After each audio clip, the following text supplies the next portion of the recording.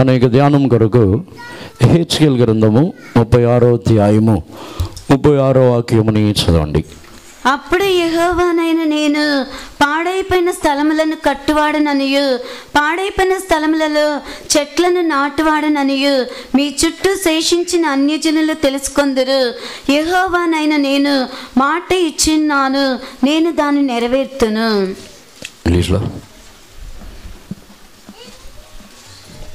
దేవునికి పరిశుద్ధ నామమునకు స్తోత్రం. మన దేవుడు మనం ఆరాధించి ఉన్న ప్రకారముగా ఆయన వాగ్దానములో నమ్మకస్తుడైన దేవుడు. మన జీవితంలో ఎన్నో సందర్భములలో మనం మారిపోతున్నాం. మనము సంవత్సరం ఇక ప్రారంభించినప్పుడు తీర్మానములు చేస్తాం.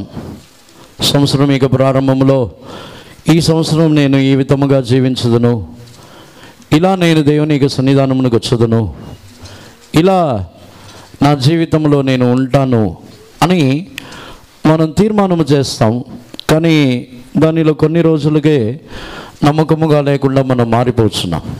మరలా ప్రభు బల్ల సమయం వచ్చినప్పుడు అప్పుడు మరలా మనల్ని మనం శుద్ధీకరించుకొని తగ్గించుకొని మరొకసారి తీర్మానం చేసి మరలా ఆ తీర్మానంలో ఉండాలని ప్రయత్నం చేసినా మరలా దానిలో నుండి మనం తప్పిపోతున్నాం. దేవునికి పరిశుద్ధ నామమునకు స్తోత్రం. కొన్ని సందర్భములలో ఇటువంటి విధముగా తీర్మానము చేయుచున్న అనుభవములు కూడా లేని సందర్భములు ఉన్నాయి. ఎన్ని కృత సంవత్సరములు వచ్చినా, ఎన్ని ప్రభు వల్ల ఆరాధనలు వచ్చినా, ఎన్ని శుద్ధీకరణ కూటములు వచ్చినా తమ యొక్క జీవితముని గురించి, తమ యొక్క జీవితం యొక్క మార్పుని గురించి, లేకపోతే తమ యొక్క జీవితముని కట్టుకొని వచ్చిన విషయముని గురించిన ఒక తలంపే లేని అనుభవం కూడా మన యొక్క జీవితంలో ఉండి ఉండవచ్చు. అటువంటి తలంపు గలవారు కూడా ఉన్నాము. అటువంటి జీవితముని గురించిన చింతే లేని వారు నిశ్చయముగా అనేకులు మన యొక్క జీవితంలో ఉన్నాం. దేవునికి పరిశుద్ధ నామమునకు స్తోత్రం. ఇంకనూ చెప్పవాలంటే ఇంకనూ అధికమైన కార్యములలో, అధికమైన పాపములలో, ఇంకనూ అధికమైన దుష్టత్వములో ఇంకనూ ముందుకు సాగాలని ప్రయాసపడుచున్న వారు కూడా ఉన్నారు. కానీ మనకి దేవుడు వాగ్దానములో నమ్మకస్తుడైన దేవుడు. దేవునికి పరిశుద్ధ నామమునకు స్తోత్రం. ఈ వాగ్దానముని మనము చదివినప్పుడు ఈ వాగ్దానములో ఆయన తన యొక్క క్రియని దేవుని యొక్క జనులు తెలుసుకున్నట్టు చేయటం లేదు. ఆయన తన యొక్క క్రియని అన్య జనులు తెలుసుకుందరు. దేవుని యొక్క జనులలో, తమ యొక్క సొంత జనులలో ఆయన చేయబోతున్న క్రియని అన్య జనులు తెలుసుకుందరు అంటున్నాడు. మరొకసారి కూడా వాక్యముని చదవండి. అప్పుడు యెహోవానైన నేను పాడైపోయిన స్థలములను కట్టువాడననియు పాడైపోయిన స్థలములలో చెట్లను నాటువాడననియు మీ చుట్టూ శేషించిన అన్యజనులు తెలుసుకొందురు. యెహోవానైన నేను మాట ఇచ్చి ఉన్నాను, నేను దాన్ని నెరవేర్తును. Then the heathen that are left round about you shall know that I the Lord build the ruined places and plant that was desolate. I the Lord have spoken it, and I will do it. దేవునికి పరిశుద్ధ నామమునకు స్తోత్రం. మీ చుట్టూ శేషించి ఉన్న అన్య జనులు దానిని తెలుసుకుందరు. దేవుడు తాను అనేక క్రియలను చేయించినప్పుడు నేనే మీ దేవుడని మీరు తెలుసుకుందరు అని చెప్పి ఉన్నారు. కొన్ని సందర్భములలో ఆయన తన యొక్క వాగ్దానములని నెరవేర్చు నిమిత్తము నేనే సర్వశక్తి గల దేవుణ్ణని మీరు తెలుసుకున్నట్లు నేను కొన్ని కార్యములని చేయదనని చెబుతున్నారు. అంటే దీన్ని బట్టి చూసినట్లయితే ఒకవేళ దేవుడు మనలో ఆయన జరిగించుచున్న క్రియలని గురించి మనకు గ్రహింపు లేకపోయినా అన్యజనుల్లో ఒక గ్రహింపుని కలుగచేయ నిమిత్తము ఆయన మనలో ఒక క్రియ చేస్తున్నారు. దేవునికి పరిశుద్ధ నామమునకు స్తోత్రం. మరలా చెబుతున్నాను, అనేక సందర్భములలో మనలో దేవుడు జరిగించుచున్న క్రియని మనము గ్రహించలేకపోతున్నాం. కానీ అన్యజనులు గ్రహించు నిమిత్తము మనము గ్రహించకపోయినా ఆ క్రియని మనలో ఆయన చేయుచునే ఉన్నారు. దేవునికి పరిశుద్ధ నామమునకు స్తోత్రం. ఈరోజు మనము దేవుని యొక్క సన్నిధానమునకు వచ్చి ఉన్నాము. ఇవన్నీ కూడా దేవుని సన్నిధానంలోకి రావటము, అనేక కార్యముల్లో నుండి విడుదల పొంది తప్పించుకొని దేవుని సన్నిధానంలో ఉండటం, ఇవన్నీ కూడా దేవుని యొక్క ఒక క్రియ. ఈ దేవుని యొక్క క్రియలని అనేకులమైన మనము కొన్ని సందర్భముల్లో గ్రహించటం లేదు. దేవుడు నాలో ఒక క్రియ చేస్తున్నారనే విషయమని మనము గ్రహించకుండా దేవుని యొక్క క్రియలని గురించి ఒక మనకు వివేచన లేకుండా దానిని త్రోసివేస్తున్నాం. కానీ ఆ క్రియను ఎందుకు దేవుడు చేయించున్నారంటే, ఆయన చేసిన వాగ్దానము, నేను ఈలాగు చేసిన విషయముని అన్ని జనులు తెలుసుకుందరు. దేవునికి పరిశుద్ధ నామమునకు స్తోత్రం. దాన్ని బట్టి చూస్తే ఇక్కడ దేవుడు ఏ కార్యములని చేయవచ్చునని చెప్పి ఉన్నారో ఆ విషయముని గురించి ఇశ్రాయేలు జనులకే గ్రహింపు లేకుండా పోయి ఉన్నది. 36వ వాక్యం మరలో చదవండి. అప్పుడే యెహోవానైన నేను పాడైపోయిన స్థలములను కట్టువాడననియు పాడైపోయిన స్థలములలో చెట్లను నాటువాడననియు. Then the heathen that are left round about you shall know that I the Lord build the ruined places and plant that was desolate. పాడైపోయిన స్థలములని కట్టువాడుననియు పాడైపోయిన స్థలములలో చెట్లని నాటువాడుననియు వారు తెలుసుకుందరు. దాన్ని బట్టి చూసినట్లయితే ముందుగా దేవుడు తమ యొక్క జీవితంలో ఒక కట్టుచున్న క్రియని వారు గ్రహించాలంటే తాము పాడైపోయిన విషయమని గ్రహించాలి. వారిలో ఆ పాడైపోయిన విషయముని గురించిన గ్రహింపు లేదు కాబట్టి తమలో దేవుడు ఒక కట్టుచున్న క్రియని చేసినప్పుడు కూడా దాన్ని గ్రహించలేకపోతున్నారు. వారిలో చెట్లు వారు ఫలించుచున్న అనుభవములన్నీ పాడైపోయినందుననే మరలా పాడైపోయిన స్థలములలో నేను చెట్లని నాటించదనని చెప్పుచున్నారు. కానీ వారిలో తాము పాడైపోయి ఫలించుచున్న అనుభవం అన్నీ పోయి అన్నీ చెట్లు ఆ పచ్చగా ఉన్న అనుభవములు అన్నీ కూడా తొలగిపోయిన అనుభవముని కూడా వారు గ్రహించలేకపోతున్నారు. దీనిని అన్యజనులు చూచుచున్నారు. దేవునికి పరిశుద్ధ నామమునకు స్తోత్రం. దీన్ని బట్టి చూసినట్లయితే మన చుట్టూన్న వారు మన యొక్క జీవితముని వారు చూచుచున్నారు. మన చుట్టూన్న వారిని చెప్పినట్లయితే మన యొక్క జీవితంలో ఉన్న దోషములు, మన యొక్క జీవితంలో ఉన్న అక్రమములని చూసేవారు కాదు. మనము ఆశీర్వదింపబడి ఉన్న కాలములో ఆశీర్వాదములు తొలగిపోయి పాడైపోతున్న పరిస్థితికి వచ్చినప్పుడు దానిని వారు చూచుచున్నారు. అదే విధముగా ఆ పరిస్థితిలో నుండి మరలా దేవుడు మనల్ని ఆశీర్వదించి తిరిగి కట్టి లేపుచున్నప్పుడు ఆ జనులు దానిని సంతోషముతో చూచుచున్నారు. మన యొక్క కొరతలు, బలహీనతలు, అక్రమములు, లేకపోతే అసూయతో మన యొక్క జీవితంని చూసే వారిని గురించి ఇక్కడ చెప్పటం లేదు. మీ చుట్టూ శేషించుచున్న జనులు దానిని తెలుసుకొందరు. అంటే వారు ఆ జనుల యొక్క క్షేమముని, ఆ జనుల యొక్క ఆశీర్వాదములని కోరుచున్నారు కాబట్టి వారు ఆశీర్వదింపబడుచున్నప్పుడు వారు దానిని తెలుసుకొనుచున్నారు. దేవునికి పరిశుద్ధ నామమునకు స్తోత్రం.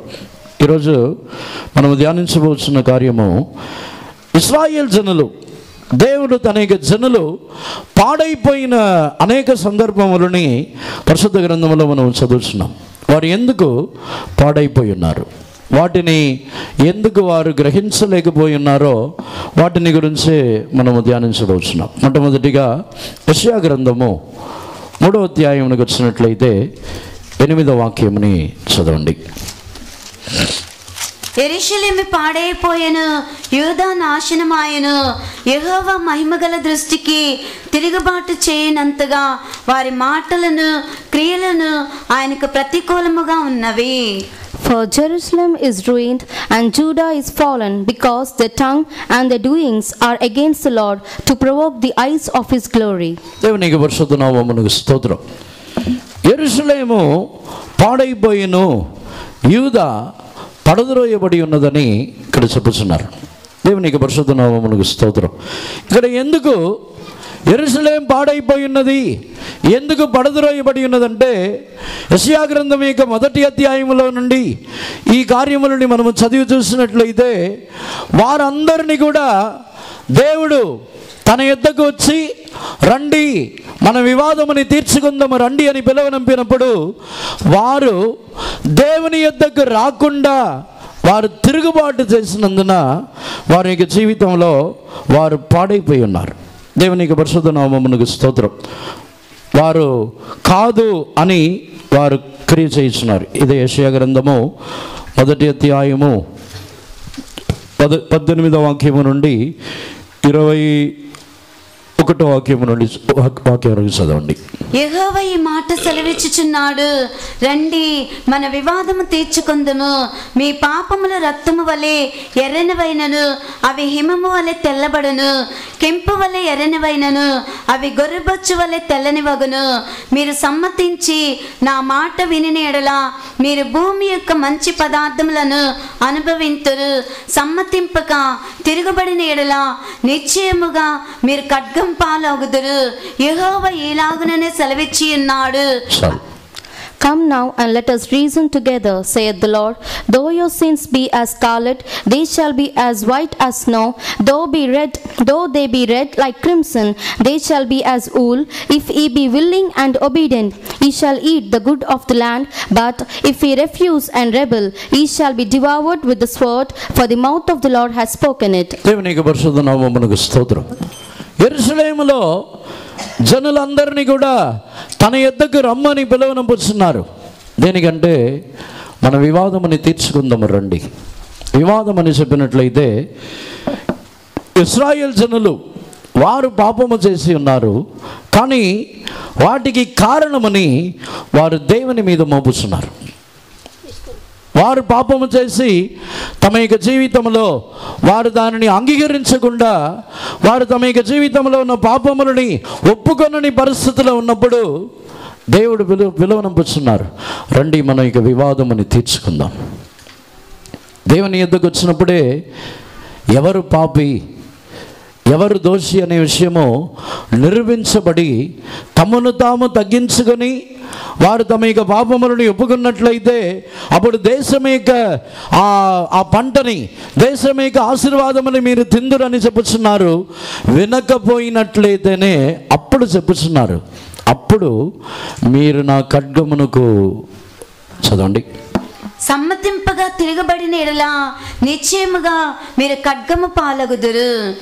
But if ye refuse and rebel, ye shall be devoured with the sword. సమ్మతింపగా తిరగబడిన ఎడల నిశ్చయముగా ఖడ్గము పాలవుదురు. వారు పాడైపోయిన మొదటి అనుభవమే దేవుడే మనుషుల యొక్క పాపములు, దేవుడే వారి యొక్క పాపములని కడగాలి, వారి యొక్క పాపములో నుండి విడిపించాలి, పరిశుద్ధపరచాలని దేవుడే పిలువనంపిన తర్వాత కూడా తమను శుద్ధీకరించుకున్నట్టుకో తగ్గించుకున్నట్టుకో రాకుండా పోయినప్పుడు వారి యొక్క జీవితం పాడైపోతున్నది. కానీ తమ యొక్క జీవితము తమ యొక్క పరిస్థితులన్నీ పాడైపోయినది ఎందుకు పాడైపోయినదనే విషయమే గ్రహించకుండా మనం ఉన్నాము. మొదటి కారణమే వారు పాడైపోయి ఉన్నారు.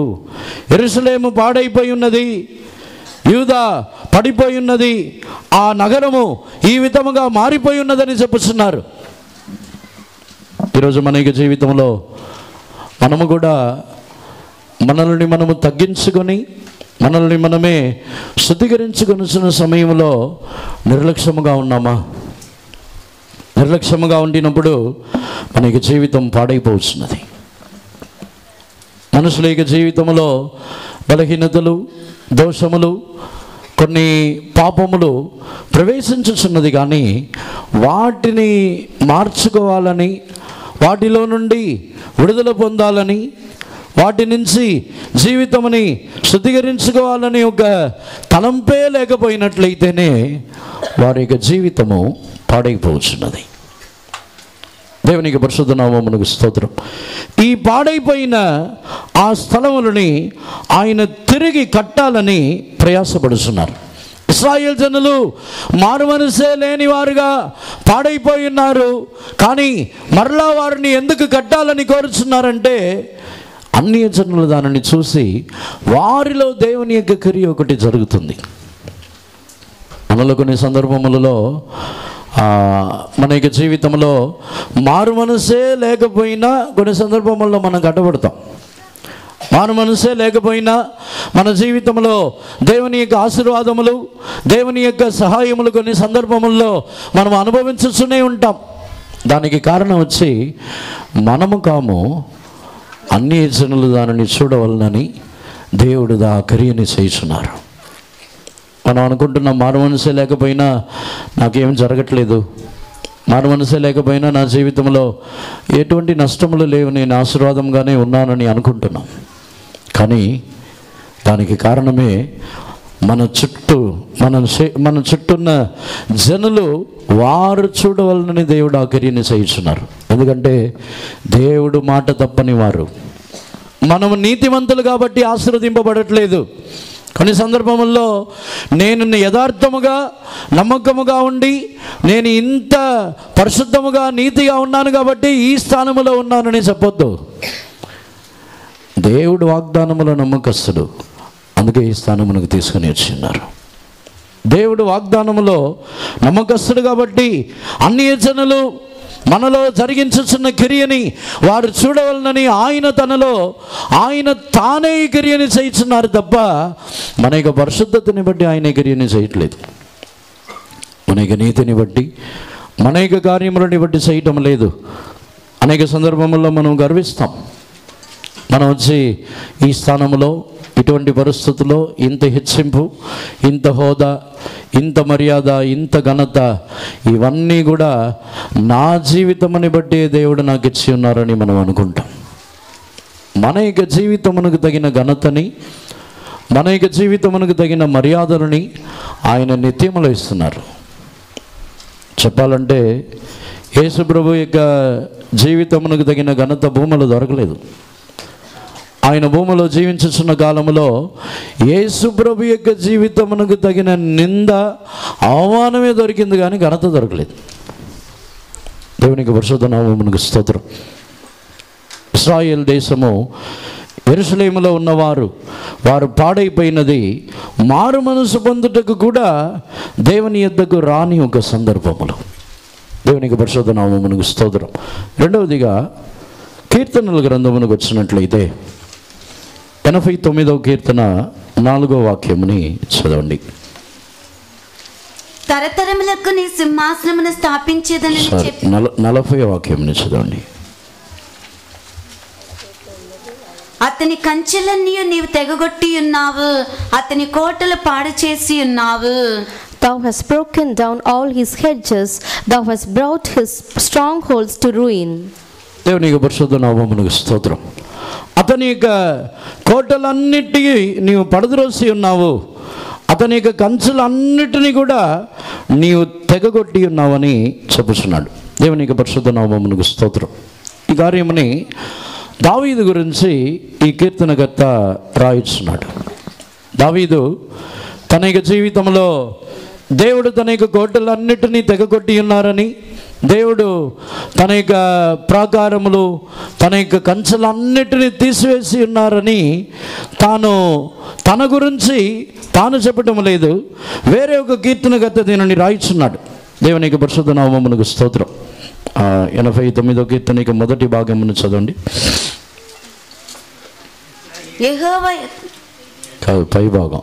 యెజ్రాహీయుడైన సీతాను రచించిన దైవ ధ్యానము. ఏతానా? దేవునికి పరిశుద్ధ నామమునకు స్తోత్రం. దావీదు గురించి ఏతాను ఇతను రాయిచున్నాడు. దేవునికి పరిశుద్ధ నామమునకు స్తోత్రం. దావీదు యొక్క జీవితంలో దేవుడు అనుమతించిన వాటన్నిటిని చూసి దావీదు యొక్క ప్రాకారములని దేవుడు తీసివేశారు, దావీదు యొక్క కంచెలన్నిటిని దేవుడు పడగొట్టేశారని తాను ఊహించుకొని చెప్పుచున్నాడు. కానీ దావీదు యొక్క ప్రాకారములని దేవుడు పడద్రోయలేదు. ఇక్కడ రాయబడి ఉన్న వాక్యముని బట్టి దావీదు యొక్క కంచెలని దేవుడు తీసివేయలేదు, దావీదు యొక్క ప్రాకారములని దేనిని పడద్రోయలేదు. దావీదు విషయములో సౌలు యొద్ద నుండి పారిపోతున్నప్పుడు ఇతను ఇలాగా అనుకొని ఉన్నాడు. ఇదే తాను దావీదు తిరిగి వచ్చి అక్కడ కట్టబడి దావీదు మరలా తన యొక్క రాజ్యంలో చేరి రాజ్యములో స్థిరపడి రాజ్యములో తాను గొప్పవాడుగా మారిన తర్వాత ఒక కీర్తనని రాయించున్నాడు. దేవునికి పరిశుద్ధ నామమునకు స్తోత్రం. వాటన్నిటిని బట్టి ధ్యానించి చూసినట్లయితే ఈ యెహెజ్కేలు గ్రంథంలో మనం చదివిన వాక్యముని బట్టి ఆ వ్యక్తి కూడా దావీదు యొక్క జీవితం అని గమనించుచున్నాడు. దావీదు ఎటువంటి విధముగా జీవించి ఉన్నాడు, దావీదు యొక్క జీవితం అని గమనించిన వెంటనే అది పడద్రోయబడి ఉన్నదని అనుకొని ఉన్నాడు. కానీ అది పడద్రోయబడలేదు. కొన్ని సందర్భంలో మన యొక్క జీవితంలో ఇతరులు చూసినప్పుడు, ఇతరులు వచ్చి మనల్ని చూసే సందర్భంలో మనం పడిపోయినట్టు అనుకుంటారు. మనం పడద్రోయబడి ఉన్నాం. మనం కొన్ని సందర్భముల్లో తప్పించుకొని సౌలు యొక్క చేతిలో నుండి దావీదు తప్పించుకొని వెళ్ళుచున్నప్పుడు వారి యొక్క దృష్టిలో దావీదు పడద్రోయబడి ఉన్నాడు, దావీదు యొక్క జీవితం అంతే, ఇంకా తిరిగి రాలేడు అని అనుకుంటాం. సౌలు యొక్క అసూయతో దావీదు తరిమివేయబడుచున్నాడు. సౌలు యొక్క అసూయతో దావీదు తరిమివేయబడుచున్నప్పుడు దావీదు దాగుకొనుటకు గృహంలో వెళ్ళి దాక్కోవచ్చు, కొండల్లో వెళ్ళి తిరగవచ్చు, అనేక స్థలములకు వెళ్ళి తను దాచుకోవడానికి పలు రకములుగా ప్రయాసపడి అంత మాత్రము దావీదు పడద్రోయబడిన వాడు కాదు. ఈ కార్యం ఎందుకు మనం ధ్యానిస్తున్నామంటే ఈ వ్యక్తి దావీదు యొక్క జీవితం అని చూచుచున్నాడు. ఒకవేళ మన యొక్క జీవితంలో కూడా మనల్ని పడద్రోయబడిన వారిలాగా ఇతరులు చూడవచ్చు. కానీ పడద్రోయబడిన వారిలాగా ఇతరులు చూసినా, మనం పడద్రోయబడి ఉన్నామనే ఇతరులు అనుకొనినా, మన యొక్క దేవుడు వాగ్దానములో నమ్మకస్తుడైన దేవుడు దావీదుని ఎలా తిరిగి తీసుకుని వచ్చి తిరిగి కట్టుదనని చెప్పి ఉన్నారో ఆ విధముగానే కట్టుచున్నారు. దీని గురించి మనము ప్రవచన గ్రంథంలో చదువుతున్నప్పుడు పడిపోయిన దావీదు యొక్క గూడారమని నేను తిరిగి కట్టి లేపుదనని చెప్పుచున్నారు. చదవండి. కాదు, ఆమోస్ గ్రంథంలో చివరి అధ్యాయం 9వ అధ్యాయము 12వ వాక్యంని చదవండి. పడిపోయిన దావీదు గుడారమును ఆ దినమున నేను లేవనెత్తి దాని గోడను బాగు చేసి దాని పోయిన చోట్లను బాగు చేసి ఎదోము శేషమును నా నామము ధరించిన అన్ని జనులందరినీ నా జనులను స్వతంత్రించుకున్నట్లు పూర్వపు రీతిగా దానిని మరలా కట్టుదును. ఈలాగు జరిగించు యెహోవా వాక్కు ఇదే. In that day will I raise up the tabernacle of David that is fallen, and close up the breaches thereof, and I will raise up his ruins, and I will build it as in the days of old, that they may possess the remnant of Edom, and of all the heathen which are called by my name, saith the Lord that doeth this. దేవునికి పరిశుద్ధ నామమునకు స్తోత్రం. దావీదు యొక్క గూడారములు అవి పాడైపోయి పడద్రోయబడి ఉన్నదని ఈ ఏతాను అనుకున్న దినముల్లో పడద్రోయబడలేదు అది. కానీ దావీదు యొక్క కాలమునకు తర్వాత దావీదు యొక్క రాజ్యము అది విభాగింపబడి పడద్రోయబడి చిన్నాభిన్నముగా మార్చబడి ఉన్నది. దానినే మరలా నేను కట్టి లేవనెత్తదని చెప్పుచున్నారు. దేవునికి పరిశుద్ధ నామమునకు స్తోత్రం. ఆ వాగ్దానం నెరవేర్చబడింది. ఆ వాగ్దానముని బట్టి ఇశ్రాయేల్ జనులు చెదరగొట్టబడిన తర్వాత, వారికి రాజ్యమే లేకుండా పోయిన తర్వాత తిరిగి అందరిని తీసుకుని వచ్చి ఇశ్రాయేల్ దేశముని వారికి ఇచ్చి మరలా వారిని సమకూర్చి వారిని స్థాపించి ఉన్నారు అదే స్థలములో. దేవునికి పరిశుద్ధ నామమునకు స్తోత్రం. వాగ్దానములలో మనకి దేవుడు నమ్మకస్తుడైన దేవుడు. కొన్ని సందర్భముల్లో మనుషులు మనల్ని గమనించుచున్నప్పుడు మనం పడద్రోయబడినట్టు అనుకునేనను వాగ్దానములో నమ్మకస్తుడైన దేవుని యందలి మనం విశ్వాసం ఉంచినట్లయితే తిరిగి మరలా ఆయన మనల్ని కట్టి లేవనెత్తుచున్నారు. ఇతరులు గమనించుచున్నప్పుడే, ఇతరులు చూచుచున్నప్పుడే మనము కట్టబడి తిరిగి లేవనెత్తబడటమని వారే చూడగలరు. నీ చుట్టూ శేషించుచున్న అన్య జనులు వారు చూచినట్లుగా నేను మరలా కట్టి లేవనెత్తుదని అంటున్నారు. పాడైపోయిన స్థలములని కట్టి లేవనెత్తుదును. దేవునికి పరిశుద్ధ నామమునకు స్తోత్రం. ఆత్మీయ జీవితంలో కొన్ని సందర్భముల్లో కట్టబడిన అనుభవములు, కట్టబడిన గోపురములు పడద్రోయబడుతున్న అనుభవములో ఉండవచ్చు. కానీ ఆయన తిరిగి కట్టి కట్టి లేవనెత్తుచున్న దేవుడే ఉన్నారు. దేవునికి పరిశుద్ధ నామమునకు స్తోత్రం.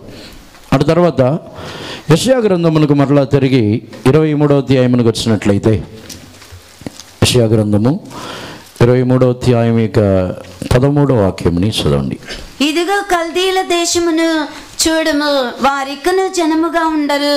అశ్షూరులు దానిని అడవి మృగములకు నివాసముగా చేసి ఉన్నారు.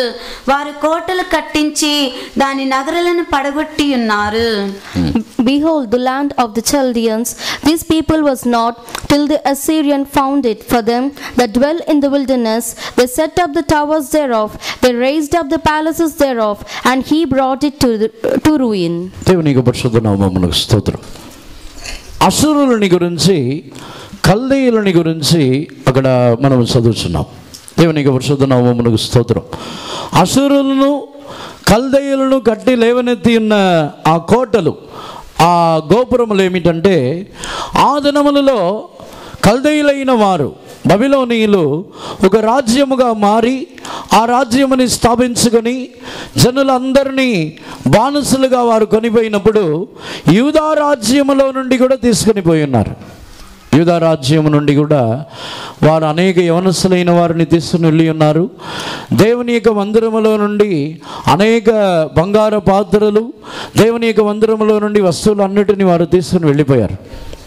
ఆ దినములలో దానికి ముందు యెషయా ప్రవక్త ద్వారా చెప్పుచున్నాడు, మేము కట్టుకొని ఉన్నాము, మేము గోపురములని కట్టి లేవనెత్తి ఉన్నామని చెప్పినప్పుడు దానిని నేను పడద్రోయదునని చెప్పుచున్నారు.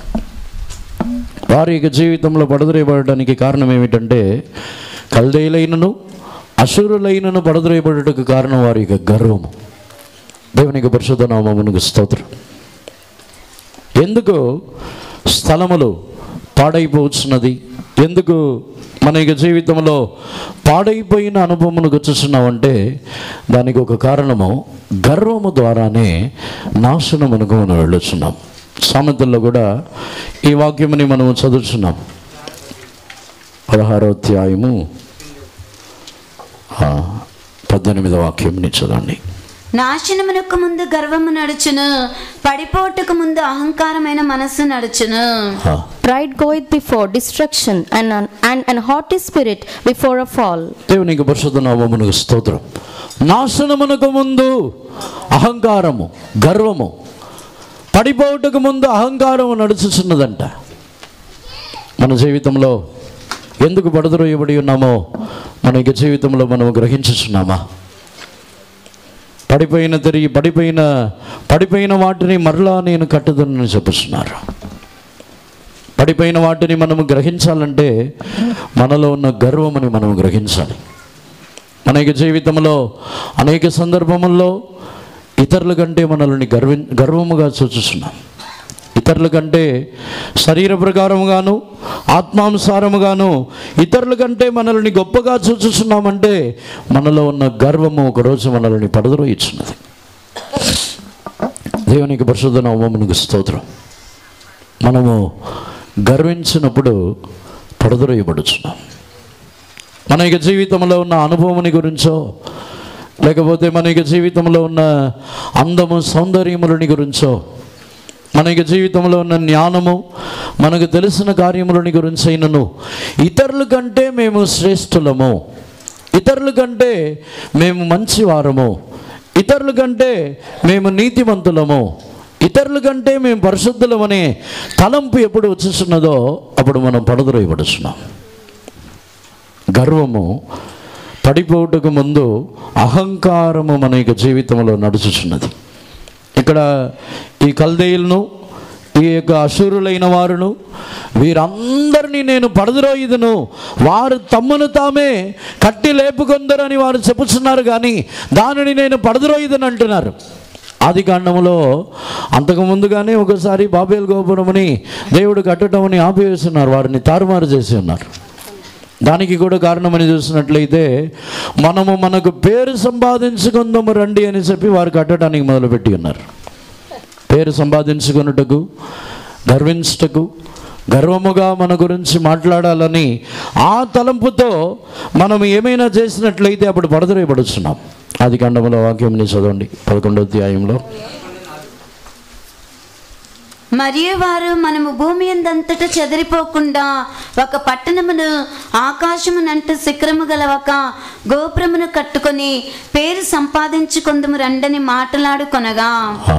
And they said, Go to, let us build us a city and a tower, whose top may reach unto heaven, and let us make us a name, lest we be scattered abroad upon the face of the whole earth.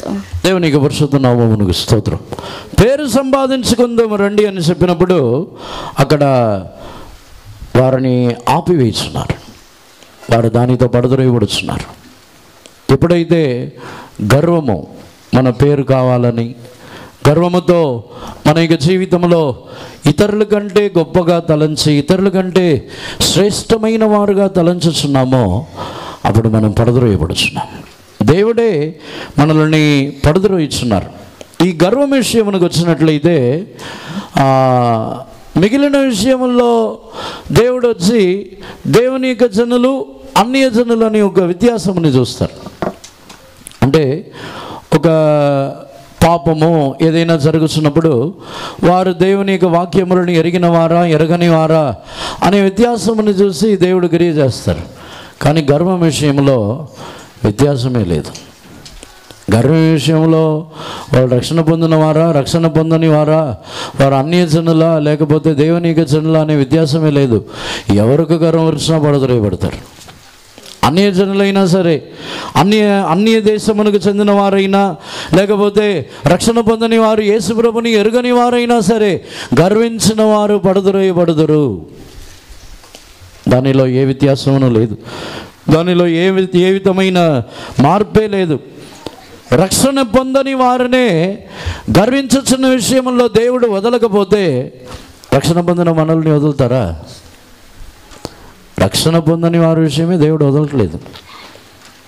బబిలోనియ రాజు, అషూరు సామ్రాజ్యంలో ఉన్న రాజులు, వారు దేవుని ఎరుగని వారు, వారు వచ్చి అన్య దేశములకు చెందిన రాజులు, వారిని కూడా విడవటం లేదు.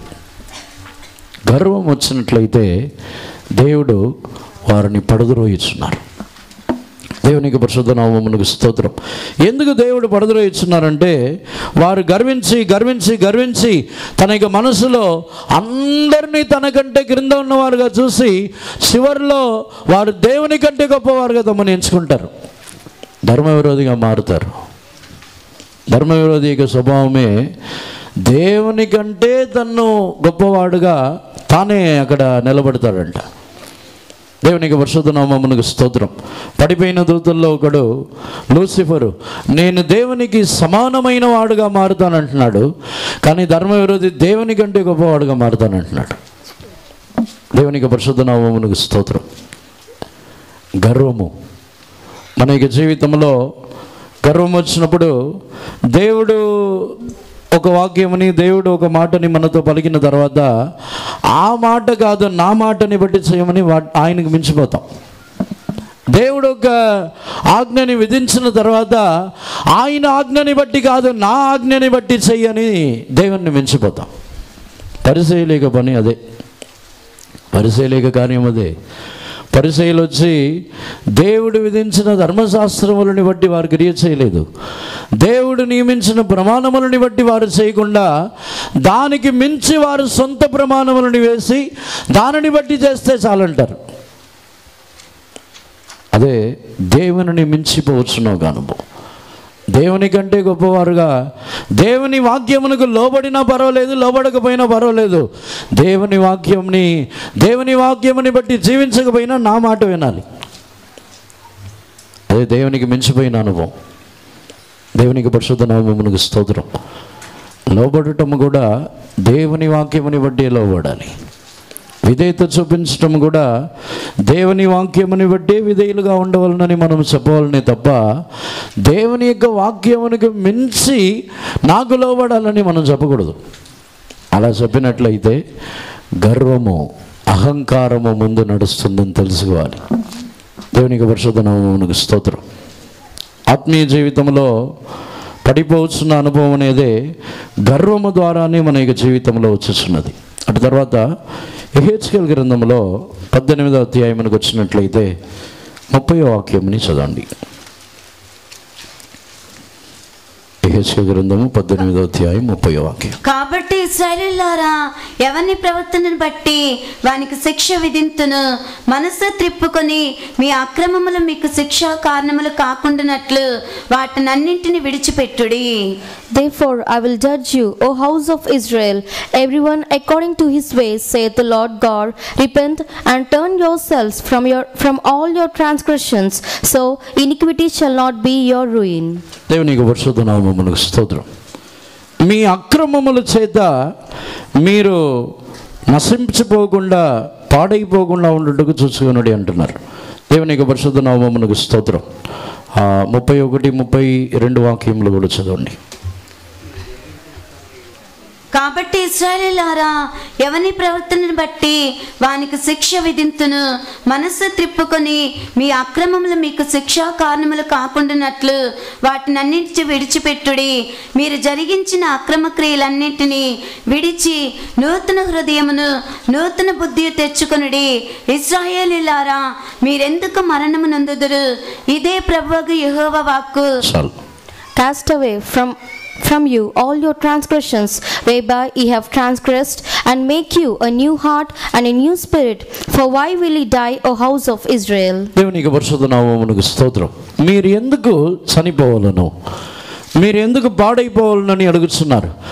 ఆ పాడైపోకుండా ఉండుటకు దేవుడు వారికి చెప్పుచున్న ఆలోచన ఏమిటంటే, మీ అక్రమములని వదిలేసి మీరు నూతన హృదయముని తెచ్చుకొనుడి, నూతన మనసుని తెచ్చుకొనుడి. నూతన హృదయము. దేవునికి పరిశుద్ధ నామమునకు స్తోత్రం. కానీ వారు పాడైపోవటకు కారణమే తమ యొక్క జీవితంలో ఆ నూతన హృదయాన్ని తమ యొక్క జీవితంలో తీసుకొని రావడానికి వారికి మనసు లేదు. దేవునికి పరిశుద్ధ నామమునకు స్తోత్రం. నూతన హృదయము. ఈరోజు మన జీవితంలో కూడా అనేకులు పాడైపోయి మనము నశించిపోవటం కారణం ఏమిటంటే, అదే పాత హృదయం గలవారుగానే మనమున్నాం. అదే పాత హృదయం, అదే పాత తలంపులు, అదే హృదయములో ద్వేషము, అదే పాత హృదయంలో ఉన్న దుష్టతనములు, అదే హృదయం గలవారుగానే ఉన్నాం. నూతన హృదయం గలవారుగా మారకపోయినప్పుడే అందుకే అడుగుతున్నారు, మీరు ఎందుకు మరణించవలను? మీరు నూతన హృదయం గలవారు, నూతన హృదయముని తెచ్చుకొనుడి. మీరు ఎందుకు మరణించాలి? దేవునికి పరిశుద్ధ నామమునకు స్తోత్రం. మన యొక్క జీవితంలో పాతవన్నిటినీ మార్చుకోవాలి. పాతవారుగానే ఉంటేనే పడిపోతాం. నేను చాలా పాత వ్యక్తిని అంటేనే పడిపోతాం. అక్కడ దేవుడు తేటగా చెప్పుతున్నారు యెహెజ్కేలు గ్రంథంలో, మీరు ఎందుకు చనిపోవాలి? నూతన హృదయం గలవారుగా మారండి. ఇంకా పాతవారు, ఇంకా పాత జీవితము, ఇంకా పాత అనుభవములు గలవారుగానే ఉన్నట్లయితే పడిపోవటం జరిగింది. అనేక సందర్భముల్లో మేము పాతవారము ఇలాగే ఉంటాం, మేము పాత మనుషులము, మేము ఇలాగే ఉంటాం. మన జీవితంలో అప్పుడే పడిపోవడం జరుగుతున్నది. నూతన హృదయం గలవారుగా మనం మార్చబడాలి. నూతన హృదయము మన యొక్క జీవితంలో పరిశుద్ధాత్మీక అభిషేకము ద్వారానే అనుగ్రహించబడుతున్నది. పరిశుద్ధాత్మీక అభిషేకమునకు చోటిచ్చి అభిషేకము ద్వారా మన యొక్క హృదయంలో నూతన ఆత్మ గలవారై నూతనమైన వారుగా మార్చబడుతున్నప్పుడే పడిపోకుండా ఉంటాం. నూతన హృదయము. మన హృదయం పాత హృదయంగా ఉందా, నూతనమైన హృదయంగా ఉందా? పాతబడిపోయిన హృదయము. కొన్ని సందర్భాల్లో పాత పాత పాత అని చెప్పినట్లయితే అవన్నీ స్క్రాప్కి వెళ్ళాలి. అంతేనా? పాతవన్నీ ఇంట్లో ఉంచుకుంటారేంటి? స్క్రాప్లో వేయాలి. అవన్నీ పాడైపోయిన వస్తువులు స్క్రాప్లో వేయాలి. పాతవి పాడైపోతాయి, నూతనముగా మారితేనే అక్కడ ఉంటాయి. దేవునికి పరిశుద్ధ నామమునకు స్తోత్రం. పాడైపోవటానికి పాడైపోయిన స్థలములని మరలా కడతానని దేవుడు చెప్పుచున్నారు. పాడైపోవటానికి కారణమే పాతది అయిపోయింది, పాతవన్నీ పాడైపోయిందే. దేవునికి పరిశుద్ధ నామమునకు స్తోత్రం. పాతది బాగుందని చెప్తారా? అవి పాతవి పాడైపోయింది. కానీ పాత వాటిని మరలా దానిని నూతనపరిచి ఉంచితే అప్పుడు బాగుందంటారు. పాతవే కానీ దాన్ని మెయింటైన్ చేయాలి, కొత్తగా మెయింటైన్ చేస్తూనే ఉండాలి. పాతవి అని చెప్పినట్లయితే తుప్పు పట్టి రస్టు పట్టిందంటే స్క్రాప్గా వేస్తారు. దేవునికి పరిశుద్ధ నామమునకు స్తోత్రం. అందుకే దేవుడు నూతన హృదయంని తెచ్చుకోండి, అప్పుడు మీరు చావకుండా ఉంటారు. పాతవి అని చెప్పినట్లయితే అదే పాత మారు మనసు పొందని హృదయము, అదే విధముగా హృదయములో గుచ్చబడని హృదయము, అదే విధమైన పాత హృదయములో ఏమాత్రము కూడా చలనమే లేని హృదయము. మిరియాము యొక్క హృదయంలో చలనమే ఉండదు. కుష్ఠరోగమే వచ్చినా చలనం ఉండదు. మిరియాముకు కుష్ఠరోగం వచ్చింది, ఎక్కడైనా మారు మనసు పొందిందా? మిరియాముకు కుష్ఠరోగమే వచ్చినా మారు మనసు ఉండదు. కుష్ఠరోగం వచ్చిన విషయంని అహరోను చూసి భయపడిపోయి మారు మనసు పొందుతున్నాడు. కానీ మిరియాము ఎప్పుడైనా చెప్పిందా? చనిపోయేంతవరకు చెప్పలేదు. మిరియాముకు మారు మనసు ఉండదు. మిరియాముకు వచ్చి దానిని గురించే మీరు ఎందుకు చనిపోవాలను నూతన హృదయముని తెచ్చుకొనుడి. దేవునికి పరిశుద్ధ నామమునకు స్తోత్రం. ఈ యెహెజ్కేలు గ్రంథంలో పాడైపోయిన వాటిని తిరిగి కడతానని చెప్పినప్పుడు పాడైపోయిన వాటికి ఇదొక విశేషమైన కారణం. పాడైపోయిందంటే పాతబడిపోయింది, క్రొత్త హృదయం లేదు, క్రొత్త ఆత్మ లేదు, క్రొత్త మనసు లేదు, నూతనమైన మనసు గలవారుగా మారటం లేదు. రూపాంతర క్రియ అనేది నూతన మగటం వలనే రూపాంతర క్రియ జరుగుతున్నది. చదవండి రోమీయులకు రాసిన పత్రికలో, చదవండి రోమీయులకు రాసిన పత్రిక 12వ అధ్యాయము 2వ వాక్యం. మీరు ఈ లోక మర్యాదను అనుసరింపక ఉత్తమమును అనుకూలమును సంపూర్ణమున ఉన్న దేవుని చిత్తమేదో పరీక్షించి తెలుసుకున్నట్లు మీ మనస్సు మారి నూతన మగటం వలన రూపాంతరము పొందుడి. And be not conformed to this world, but be transformed by the renewing of your mind, that ye may prove what is that good and acceptable and perfect will of God. మీరు ఈ లోక మర్యాదని అనుసరించి నడవక మీ మనసు నూతన మగటం వల్లనే రూపాంతరపరచబడుతున్నారు. మేము పాతవారము, మాకు మర్యాదలు తెలుసు, మేము పాతవారము, ఆ ఆచారములు, ఆ యొక్క మర్యాదలు, ఆ పద్ధతులని బట్టే చేయాలి అంటారు. మనసు నూతనముగా మారకపోతే రూపాంతర క్రియ జరగదు. దేవునికి పరిశుద్ధ నామమునకు స్తోత్రం. అందుకే నూతనముగా మీ హృదయముని నూతనపరుచుకునుడి, నూతనమైన హృదయముని తెచ్చుకొనుడి, అప్పుడు మీరు చావకుండా ఉంటారు. పాడైపోకుండా ఉండవాలంటే మనల్ని మనము నూతనమైన వారుగానే మార్చుకోవాలి. నేను పాత, నాకేంటి నువ్వు చెప్పేది, నాకు అన్నీ తెలుసు, నువ్వేంటి నాకు చెప్పేది అని పాతబడిపోయినట్లయితే పాతబడి ఇంకా పనికి రాకుండా తీసి స్క్రాప్లో వేస్తారు. అందుకే పాడైపోయిన అనుభవములు రాకుండా ఉండవాలంటే మనల్ని ప్రతిసారి నూతనమైన వారుగానే మార్చుకోవాలి. నూతన హృదయము, ఒక క్రొత్త హృదయం వచ్చిన తర్వాత నాకు అనుభవం ఉందని చెప్పిద్దా ఆ హృదయము? కొత్త హృదయం వచ్చిన తర్వాత నాకు అన్నీ తెలుసు అని చెప్పిద్దా? మళ్ళీ నేర్చుకోవాలి. ఆ హృదయంలో మళ్ళీ అన్నీ నేర్చుకోవాలి. కొత్త హృదయం వచ్చిన తర్వాత పుట్టిన పిల్లలకి క్రొత్త హృదయం ఉంటుంది. క్రొత్త హృదయంలో ఆ పిల్లలు చెప్తారా నాకు అన్నీ తెలుసు అని చెప్తారా? నేను చాలామందిని చూసాను చెప్తారా? ఒక క్రొత్త హృదయము, మరలా వారు నేర్చుకుంటారు. మరలా వారి యొక్క జీవితంలో ఆ హృదయం కూడా పాతపడిపోకూడదు. నేను నేర్చుకున్నానులే అని మరలా క్రొత్తగా మారాలి. మరలా ఒక నూతనమైన అనుభవం కలగాలి. ఏమాత్రము కూడా నేను అన్నీ తెలుసుకొని ఉన్నాను, అన్ని విషయంలో మారిపోయి ఉన్నానని తృప్తి చెంది పాతపడిపోకూడదు. నూతనమైన హృదయమని మరలా నూతనమైన వారుగా మనం మారుస్తూనే ఉండాలి. అప్పుడే మనలో నూతనమైన అనేక కార్యములని తెలుసుకుంటాం. నూతనమైన అనేక కార్యములని తెలుసుకోవాలంటే నూతనమైన హృదయం కావాలి. పాత హృదయమునకు నూతనమైన హృదయం పనిచేయదు. పాత తిత్తులో క్రొత్త ద్రాక్షరసంని పోస్తే రెండు చెరిగిపోద్ది. అందుకే క్రొత్త హృదయం ఉంటేనే క్రొత్త కార్యంని దేవుడు బయలుపరుస్తారు. క్రొత్త హృదయం వస్తేనే క్రొత్తవిని దేవుడు ఇస్తారు. పాత హృదయం ఉంటే క్రొత్తవి ఇవ్వరు, రెండు చెరిగిపోయిద్ది. దేవునికి పరిశుద్ధ నామమునకు స్తోత్రం. దేవుడు ఈ వాగ్దానముని బట్టి ఆయన తిరిగి మరలా కట్టి లేపుచున్నారు. మరొకసారి కూడా హెచ్కేల్ గ్రంథము 36వ అధ్యాయం 36వ వాక్యమునకు మరలా రండి. అప్పుడు యెహోవానైన నేను పాడైపోయిన స్థలములను కట్టువాడననియు పాడైపోయిన స్థలములలో చెట్లను నాటువాడననియు మీ చుట్టూ శేషించిన అన్యజనులు తెలుసుకొందరు. యెహోవానైన నేను మాట ఇచ్చి ఉన్నాను, నేను దాన్ని నెరవేర్తును. Then the heathen that are left round about you shall know that I, the Lord, built the ruined places and planned that was desolate. I, the Lord, have spoken it, and I will do it. దేవునికి పరిశుద్ధ నామమునకు స్తోత్రం.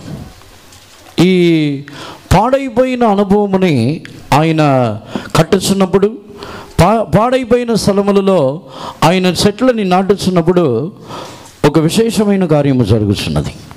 దానికి తర్వాత 37వ వాక్యం 38వ వాక్యములో చదివి చూసినట్లయితే, ఈ పాడైపోయిన కార్యములని కట్టుచున్నప్పుడు యెరూషలేములో మాత్రమే కాకుండా బయట ఉన్న ఆ యొక్క వెలుపులో ఉన్న వారి యొక్క పట్టణముల్లో కూడా అదే క్రియ జరుగుతుందంట. చదవండి 37, 38 వాక్యం. ప్రభువుగా యెహోవా సెలవిచ్చినదేమనగా, ఇశ్రాయేలులకు నేను ఈలాగు చేయి విషయములో వారిని నా యొద్ద విచారణ చేయనిత్తును. గొర్రెలు విస్తరించినట్లుగా నేను వారిని విస్తరింపచేసేదను. నేను యెహోవానై ఉన్నానని వారు తెలుసుకున్నట్లు ప్రతిష్ఠితములగు గొర్రెలంత విస్తారముగాను, నియామక దినములలో యెరూషలేమునకు వచ్చు గొర్రెలంత విస్తారముగాను, వారి పట్టణముల యందు మనుషులు గుంపులు గుంపులుగా విస్తరించినట్లు నేను చేసేదను. Thus saith the Lord God, I will yet further be inquired of by the house of Israel, to do it for them. I will increase them with men like a flock, as a holy flock, as a flock of Jerusalem in her solemn feast. So shall the waste cities be filled with the flocks of men, and they shall know that I am the Lord. తెలుగులో సరిగా లేదనుకుంటాను వాక్యం. మరలా చదవండి 38వ వాక్యంని. నేను యెహోవానై ఉన్నానని వారు తెలుసుకున్నట్లు ప్రతిష్ఠితములకు గొర్రెలంత విస్తారముగాను, నియామక దినములలో యెరూషలేమునకు వచ్చు గొర్రెలంత విస్తారముగాను, వారి పట్టణముల యందు మనుషులు గుంపులు గుంపులుగా విస్తరించినట్లు నేను చేసేదను. దేవునికి పరిశుద్ధ నామమునకు స్తోత్రం. ఇంగ్లీష్లో రాయబడి ఉన్న ప్రకారముగా యెరూషలేములో ఎలా మంద పెరుగుతున్నదో వేరే పట్టణముల్లో పాడైపోయిన స్థలములు వారి పట్టణముల్లో అని తెలుగులో ఉంది, కానీ ఇంగ్లీష్లో చదవండి. As the holy flock, as the flock of Jerusalem in her solemn feast, so shall the waste cities be filled with the flocks of men, and they shall know that I am the Lord. అదొచ్చి A పట్టణములు? Waste cities. పాడైపోయిన పట్టణములు. వాటిలో కూడా తిరిగి ఆయన యెరూషలేములో ఏ విధముగా మంద పెరుగుతున్నదో ఆ పాడైపోయిన పట్టణముల్లో కూడా తిరిగి ఆ మందని ఆయన పెంచుతున్నారు. ఈ యెరూషలేములో ఆయన కట్టుచున్న పనిని, ఆ చెట్లని నాటుచున్న పనిని చేయించున్నప్పుడు ఎందుకు అన్యజనులకు కూడా తెలిసే విధముగా చేయించున్నారంటే, అంతకుముందు యెరూషలేముని మాత్రమే కట్టి లేపి ఉన్నారు. ఇప్పుడు యెరూషలేముని కట్టుచున్న పనితో పాటు అన్యజనులని కూడా కట్టి లేపుచున్నారు. మనం అనుకున్నట్టు మనలో జరిగించుచున్న క్రియ ద్వారా మనలో మాత్రమే కట్టబడుచున్న క్రియ జరుగుతుందని మనం అనుకుంటున్నాం. మనలో దేవుడు చేయించిన క్రియలు, మనలో కట్టబడుచున్న క్రియల ద్వారా మనలో మాత్రమే కాదు, మనకు తెలియకుండానే దేవుడు అన్యజనుల్లోనూ అనేక పాడైపోయిన పట్టణములు, వేరే అన్యజనులు, యెరూషలేము కాదు వేరే జనులైన వారిని కూడా ఆయన కట్టి లేపుచున్నారు. వారి మధ్యలో కూడా ఈ కట్టుచున్న క్రియ, పాడైపోయిన వాటిని బాగు చేయించిన క్రియ మనల్ని బట్టి జరుగుతుంది. మనల్ని చూసిన వెంటనే వారిలో కట్టుచున్న క్రియ జరుగుతుంది. దేవుడు వీరిలో ఒక కట్టుచున్న క్రియని చేయించున్నారు. దేవుడు వీరి యొక్క పాడైపోయిన వాటన్నిటినీ తిరిగి చెట్లని నాటి బాగు చేయించున్నారని మనల్ని చూసినప్పుడే వారిలో ఒక క్రియ జరుగుతుంది. వారిలో కూడా ఒక మార్పు, వారిలో కూడా ఒక కట్టుచున్న క్రియ. చెప్పాలంటే యెరూషలేములో మాత్రమే జరుగుతున్నప్పుడు, ఆ సందర్భంలో యెరూషలేములో జరిగిన క్రియ కంటే అన్యజనుల్లో చుట్టూన్న అనేక పట్టణములలో యెరూషలేములో జరిగిన క్రియ కంటే అధికంగా జరిగింది. ఇప్పుడు మనం అనుకుంటున్నాం, మేమే విశ్వాసులము, మేమే సేవకులము, మేమే గొప్పవారము అని మాలోనే క్రియ జరుగుతుందని అనుకుంటున్నాం. కానీ మనలో కంటే అధికమైన క్రియ ఇంకా అధికముగా జరుగుతుంది. మనం ఊహించని క్రియలు జరుగుతున్నాయి. మనం ఇంకా బావులో కప్పలాగానే ఉన్నాం. మనమే ఇంకా మనలాంటి వారు ఎవరు లేరనే ఫీలింగ్లో ఉన్నాం. చాలామంది నాలాంటి వారు ఎవరు లేరని, ఆకాశం నుంచి ఊడిపోయి వచ్చాను నేను, ఎవరు లేరు అనుకుంటున్నాం. దేవునికి పరిశుద్ధ నామమునకు స్తోత్రం. కానీ దేవుడు తాను చేయించిన క్రియని యెరూషలేములో వారు గ్రహింపలేకుండా ఉన్నారు. పాడైపోయిన పరిస్థితిని గ్రహింపలేకుండా ఉన్నారు. దేవుడు వాగ్దానముని బట్టి యెరూషలేముని విడిచిపెట్టడం లేదు. అదే విధముగా ఆయన చేయించిన క్రియలో యెరూషలేములో జరిగించిన క్రియ కంటే అన్య దేశముల్లో ఉన్న పట్టణముల్లో ఆయన చేయించిన క్రియ అధికం, ఎక్కువగా చేయించున్నారు. ఆయన వాగ్దానములో నమ్మకస్తుడు. అదే విధముగా ఆయన వాగ్దానముని నెరవేర్చుచున్నప్పుడు ఇంకనూ అధికమైన క్రియలని కూడా చేయిస్తున్నారు. అనేక ఊహకు మించిన కార్యములు. అందరిని కూడా కన్నులు మూసుకుందాము. మన దేవుడు ఇప్పుడు మన మధ్యలో కూడా ఉన్నారు. మనము పాడైపోయిన పరిస్థితిని గ్రహించినట్లయితే ఆయన తిరిగి కట్టి లేపుచున్నారు. మన దేవుడు వాగ్దానములో నమ్మకస్తుడైన దేవుడు. గర్వముతో ఉండవద్దు.